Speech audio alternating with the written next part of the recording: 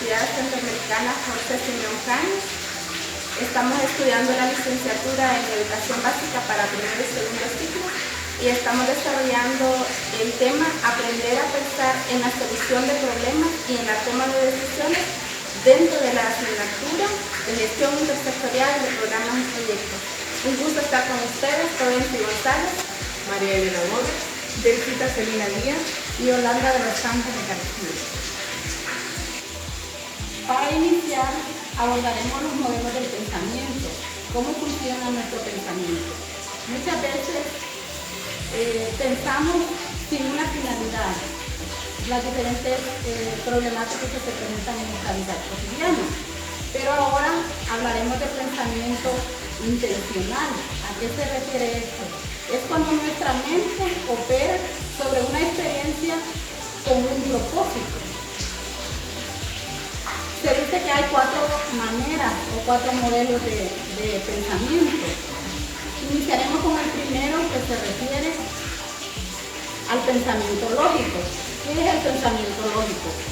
Este es el que sirve para analizar o argumentar o justificar nuestro razonamiento.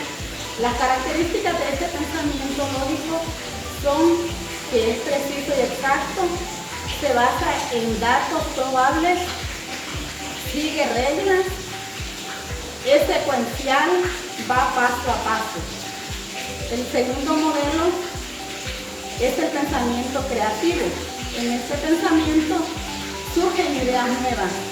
Los rasgos más destacados en este modelo es la flexibilidad, la originalidad, asume riesgos de cambio, acepta la ambigüedad. El tercer modelo es el pensamiento sistémico. Este es más global, a diferencia de los anteriores que era como la forma de razonar personalmente. Este es un pensamiento de forma global. Sus características es que procede con una visión global. Capta las interacciones, está atento a los procesos ante la toma de decisiones y potencia el trabajo en equipo. El cuarto modelo es el pensamiento positivo. Este nos ayuda a movernos mejor en la vida. Nos ayuda a ser personas más felices, ya que valora y permite que seamos nosotros quienes manejamos o guiamos nuestro pensamiento y no el pensamiento a nosotros. Las características del pensamiento positivo es que se centra en lo positivo, es visionario, valora los sentimientos, es más abierto a la forma de conocimiento y hay una gran responsabilidad. Cada uno es responsable de sus propios actos.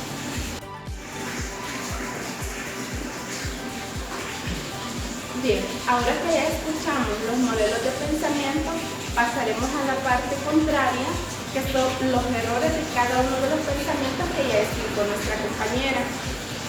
Hay unos tipos de errores que son de manera general, generalmente son conocidos como las trampas de la inteligencia.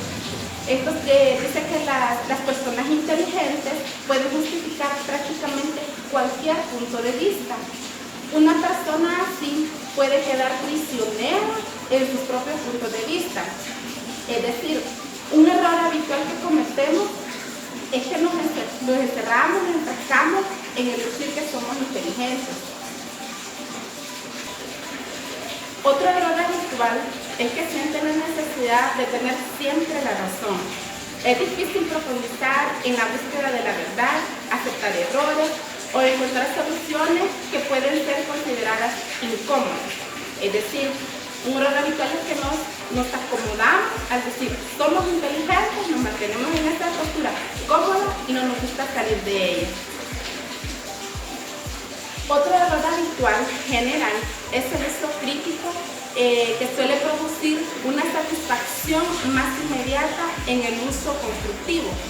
Es decir, prefieren la seguridad del pensamiento reactivo a la del pensamiento creativo. Es decir, un pensamiento reactivo, yo te presento un problema ya dado, me da una solución. A este se refiere el pensamiento reactivo. Pero el creativo es cuando se presenta un problema y hay que deducir todo, no te dan nada planeado para que busques la solución.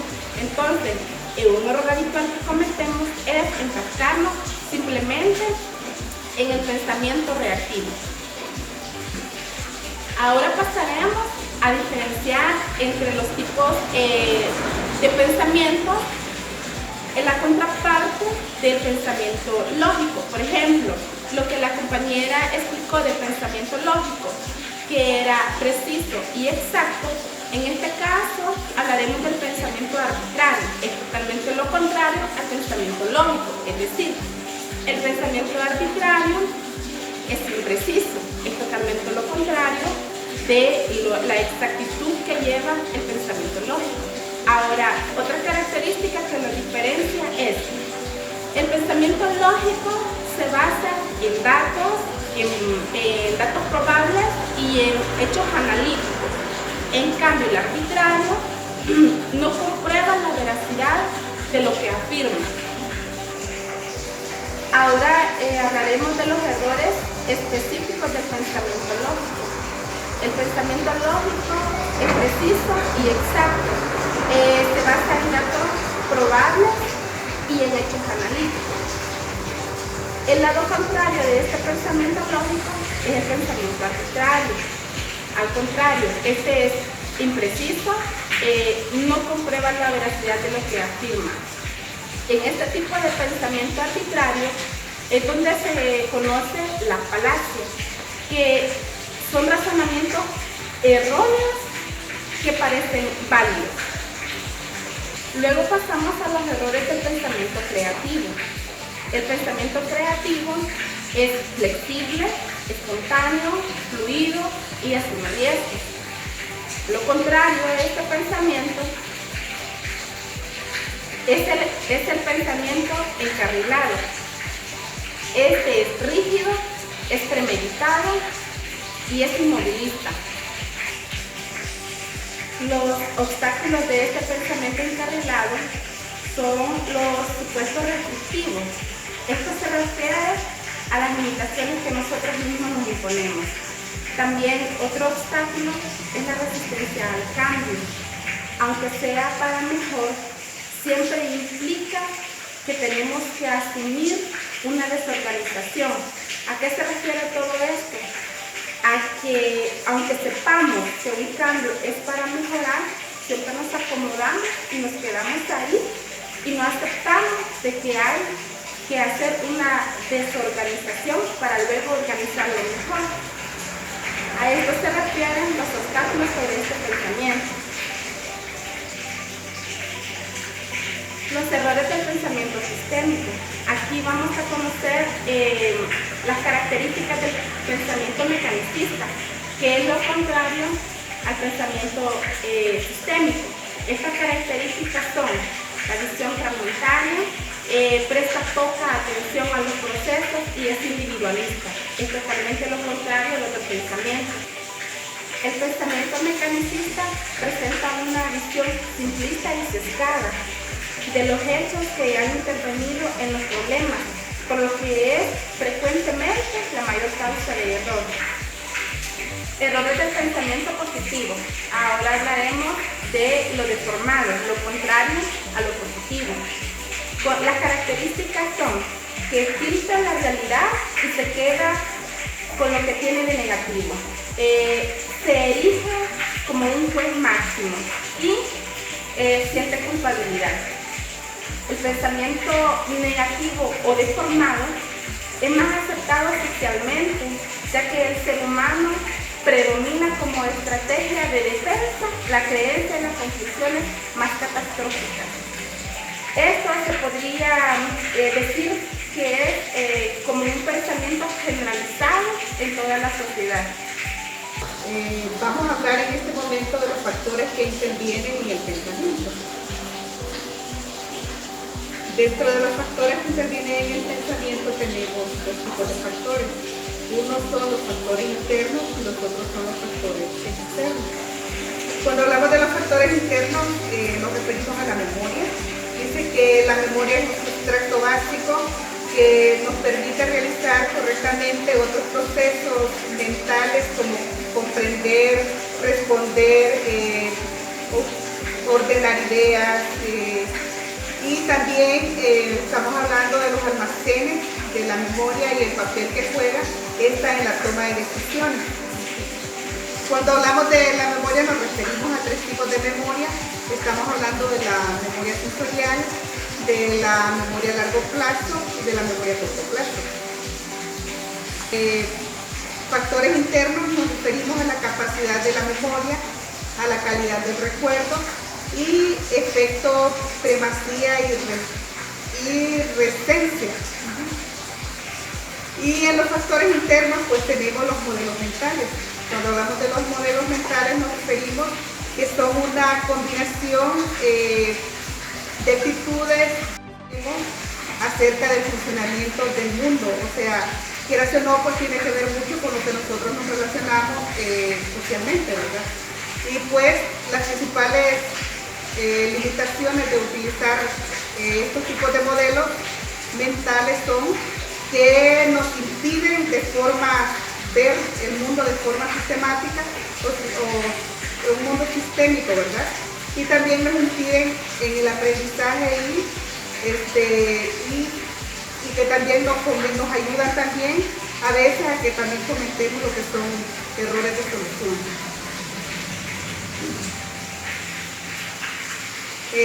Tenemos que para lograr los resultados esperados en nuestra limitada, ¿verdad?, memoria o nuestra condición de ver la vida diferente, tenemos un montón de cosas también que interfieren en nuestra vida, como son las creencias de la verdad, ¿verdad? Pues hemos dicho que la verdad no es absoluta, pero también esta mucho influye en la forma de desenvolvernos en la sociedad. Y tenemos la verdad que es evidente, tenemos las creencias que abarcan otros niveles, ¿verdad?, de nuestra forma de ver la vida.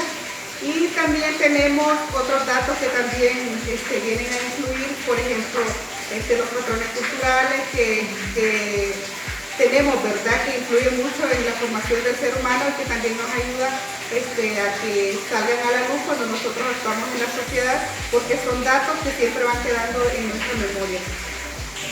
Entre los factores internos que intervienen en el pensamiento existe una pirámide que influye mucho, ¿verdad?, en lo que es el pensamiento, y tenemos lo que es el funcionamiento de nuestros modelos mentales, que ha sido descrito por Peter Senge a través de la escalera de inferencias, que determina nuestra estrategia en la solución de problemas.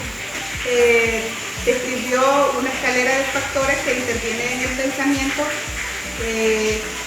cuál pues su primer escalón es realizo actos según mis creencias, adopto creencias sobre el mundo, extraigo conclusiones, tengo supuestos basados en los sentidos que añadí, añado sentidos culturales y personales, selecciono datos de los que observo, datos y experiencias observables, cómo podría capturarlos un grabador.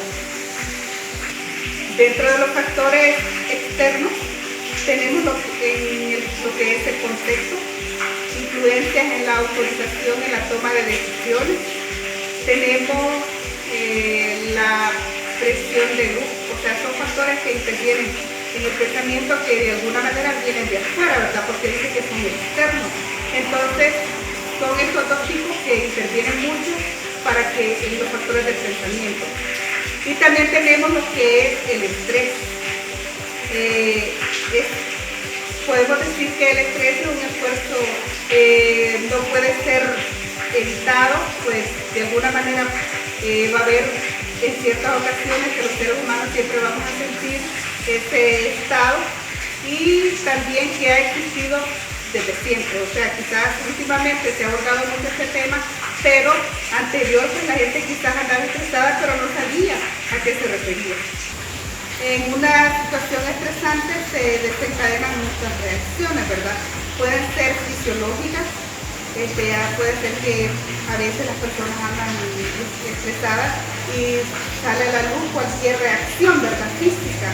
Entonces también se puede desencadenar situaciones o reacciones psicológicas, que es cuando también, ¿verdad?, hay gente que entra también en depresión, es parte a veces del estrés, y pues es un tema bastante grande y que de alguna manera también afecta mucho a lo que son los factores que intervienen en el pensamiento. La influencia del estrés en la toma de decisiones es cuando mayores sean los niveles de ansiedad a los que se vea sometida una persona, peor será su ejecución. También este patrón está muy comprobado porque solo se cumple en los niveles altos. O sea, cuando tenemos reacciones, ¿verdad?, de estrés, pues estamos en un nivel alto, ¿verdad? Porque quizás siempre andamos estresados, pero quizás se puede llegar a disparar, entonces es cuando hay reacciones. En los niveles bajos de ansiedad se ha observado que se produce una mejora del rendimiento. Podríamos decir entonces que hace falta una cierta presión para alcanzar altos niveles de ejecución. Tenemos la relación entre el estrés y el rendimiento. Dice que el estrés, pues a medida que aumenta el nivel de estrés, el rendimiento es mayor. Y solo cuando el estrés supera cierta barrera, el desempeño de las personas comienza a sufrir un deterioro importante. Los errores que produce, tenemos que disminuye el cuidado con el que normalmente se selecciona y procesa la información, la necesidad de completar una tarea en un tiempo muy reducido, el miedo a cometer errores hace que los sujetos den mucho más valor a la información desfavorable que favorable, y eso nos ha pasado, ¿verdad? Podemos ver que cuando nosotros tenemos una presión, que sea laboral, que sea del estudio, por ejemplo, yo me he sentido a veces estresada fuertemente y digo, no, yo lo voy a estudiar porque no puedo sacar esa tarea en ese tiempo, ¿verdad? Entonces no significa que en ese momento estamos estresados. Continuando con el tema, vamos a hablar sobre los métodos para la solución de problemas. En nuestro diario de vivir podemos encontrar diferentes problemas, los cuales requieren de soluciones diferenciadas para cada uno de ellos. En primer lugar tenemos los problemas con soluciones contraproducentes. Una característica de estas soluciones es de que se le puede dar a un problema una respuesta rápida, pero tiende a que en un futuro cercano el problema que teníamos se nos vuelva más grande, ¿verdad? Entonces es ahí donde tenemos que ver de que la solución del problema necesita que sea una investigación exhaustiva para encontrar las posibles soluciones que se le podamos dar y que no tengamos un problema nuevo. Otro problema que podemos encontrar es los problemas de límite de crecimiento. Este tiene una característica de que a veces queremos buscar la solución rápida a las restricciones. Ahora hablar del límite de crecimiento. Una característica de esto es de que a veces buscamos dar una solución rápida, pero lo que estamos haciendo es agravando más sus efectos. Una de las estrategias para solucionar estos problemas es no repetir lo que en el pasado nos dio éxito, porque los tiempos cambian y por lo tanto debemos emplear nuevas estrategias.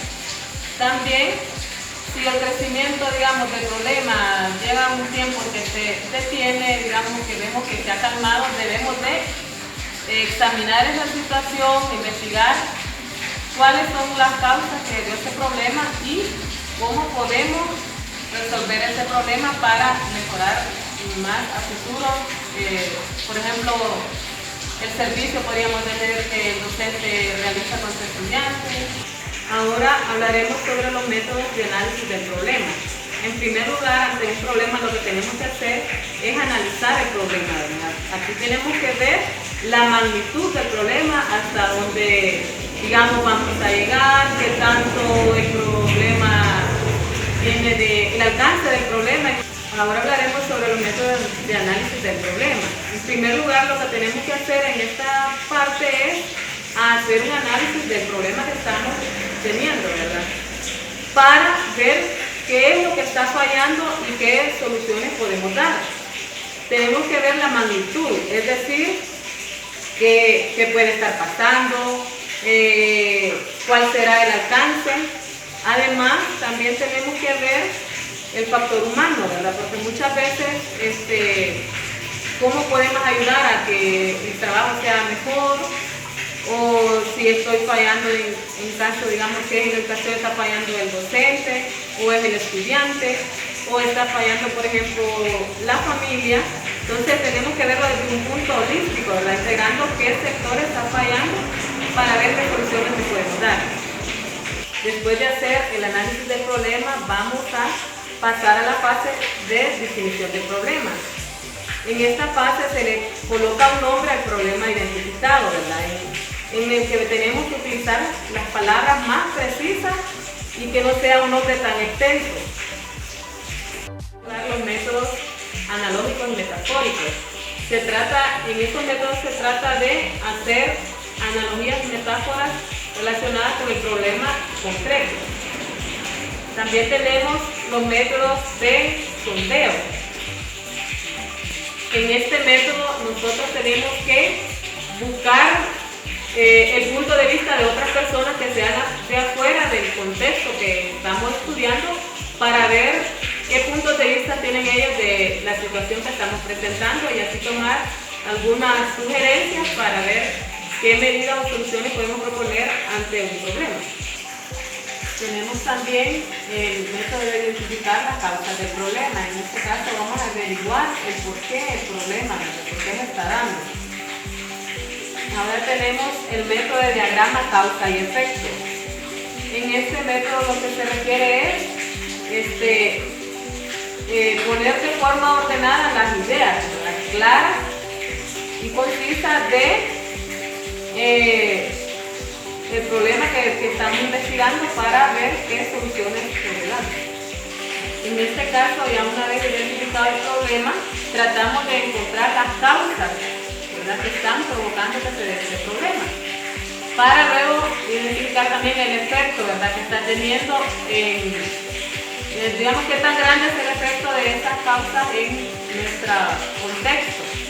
Ahora hablaremos del método de toma de decisiones. En este caso lo que se busca es tomar las decisiones más adecuadas al problema, ¿verdad?, para ir dejando al lado las que pueden no ser tan factibles. Entonces se trata de que busquemos lo que más se adapta a nuestro problema para ver cómo lo vamos a emplear para la solución. Una vez que hemos tomado las decisiones, las hemos escogido entre varias, ¿verdad?, entonces procedemos al plan de acción y evaluación. Los pasos para llevar a cabo el plan de acción es, primeramente, establecer el límite de tiempo previsto para la consecución de los resultados deseados. También tenemos como número 2, delimitar el objetivo, ¿verdad?, hasta dónde me va a llegar la investigación, cuál es mi objetivo, qué es lo que quiero lograr, y de ahí también concretar y establecer las tareas de forma gradual, es decir, paso a paso, asignar responsabilidades a cada persona o grupo. También tenemos que establecer normas y asignar los recursos, ¿verdad?, humanos, tiempo y los recursos económicos que vamos a implementar también o invertir. Como grupo concluimos, después de haber tratado esta tan importante temática sobre cómo aprender a solucionar los problemas y la toma de decisiones, que nosotros como estudiantes de pedagogía nos servirá mucho, ya que es a lo que más nos vamos a enfrentar, cómo solucionar problemas tanto de estudiantes, padres de familia, la comunidad, ya teniendo claro, ¿verdad?, los modelos de pensamiento y las estrategias que podemos utilizar a cada uno de los modelos, será más fácil poder llegar a una solución que sea de forma viable tanto para los estudiantes como nosotros para los docentes.